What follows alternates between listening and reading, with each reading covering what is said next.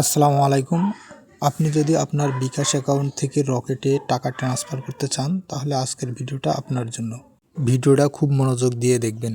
বিকাশ account থেকে রকেটে অথবা ইসলামী ব্যাংকের অ্যাকাউন্টে টাকা ট্রান্সফার করার জন্য সর্বপ্রথম আপনাকে মোবাইলের স্ক্রিনে যেতে হবে। গিয়ে আপনার যে বিকাশের অ্যাপসটা আছে অথবা যদি অ্যাপসটা যদি না থাকে তাহলে আপনি প্লে স্টোর থেকে অ্যাপসটা ডাউনলোড করে নেবেন। ডাউনলোড করে অ্যাপসটা লগ ইন করে আপনি অ্যাপসের ভিতরে যখন প্রবেশ করবেন, প্রবেশ করার পরে এরকম একটা ইন্টারফেস চলে আসবে। এইটা হচ্ছে বিকাশের হোম পেজ। তো আমরা হোম পেজ থেকে একটু যখন নিচের দিকে স্ক্রলিং করব, স্ক্রলিং করার পরে আমরা অন্যান্য সেবাসমূহ একটা অপশন আসবে, ওটা দেখতে পারবো।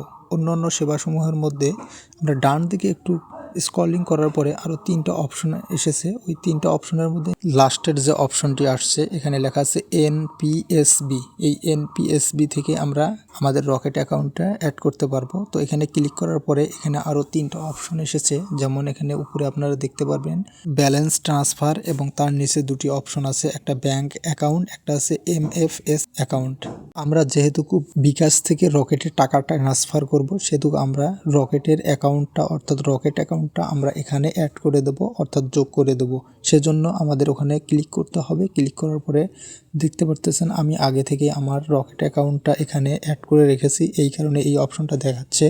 তো আমরা এখানে নিচে যে অপশনটা দেখা যাচ্ছে অ্যাকাউন্ট অ্যাড করুন, এই অ্যাকাউন্ট অ্যাড করুনে ক্লিক করলে আমাদেরকে আবার রকেট অথবা ইসলামী ব্যাংকের যে এমক্যাশ এই অপশন দুটো দেখাবে। আমরা এই দুটো অপশনে ক্লিক করলে আমরা আমাদের অ্যাকাউন্টটি অ্যাড করতে পারবো। তো আমরা যেহেতু আজকে রকেট অ্যাকাউন্টটা অ্যাড করব, রকেট অ্যাকাউন্টটা অ্যাড করার জন্য আমাদেরকে রকেটে ক্লিক করতে হবে।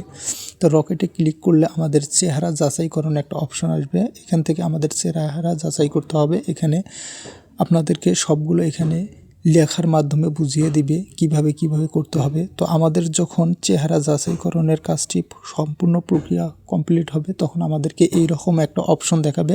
এই রকম অপশন দেখার পরে কয়েক সেকেন্ড সময় নেবে, নেওয়ার পরে আপনার যখন চেহারা যাচাইকরণ সফল হবে এখানে আপনার চেহারা যাচাইকরণ সফল লেখাটা আসবে এবং এগিয়ে জানে ক্লিক করতে হবে। আপনারা যখন এগিয়ে জানে ক্লিক করবেন, এগিয়ে জানে ক্লিক করার পরে আপনার রকেট অ্যাকাউন্ট এবং রকেট অ্যাকাউন্টের মালিকের নাম চাবে। তো আমরা রকেট অ্যাকাউন্টটা এখানে দিয়ে দিচ্ছি। দেওয়ার পরে যখন রকেট অ্যাকাউন্টটা দেওয়া হবে আমি আপনাদেরকে প্র্যাকটিক্যালি দেখাচ্ছি। তারপরে এখানে হচ্ছে মালিকের নাম দিতে হবে, অর্থাৎ যার নামে অ্যাকাউন্টটা করা তার নাম এখানে দিতে হবে।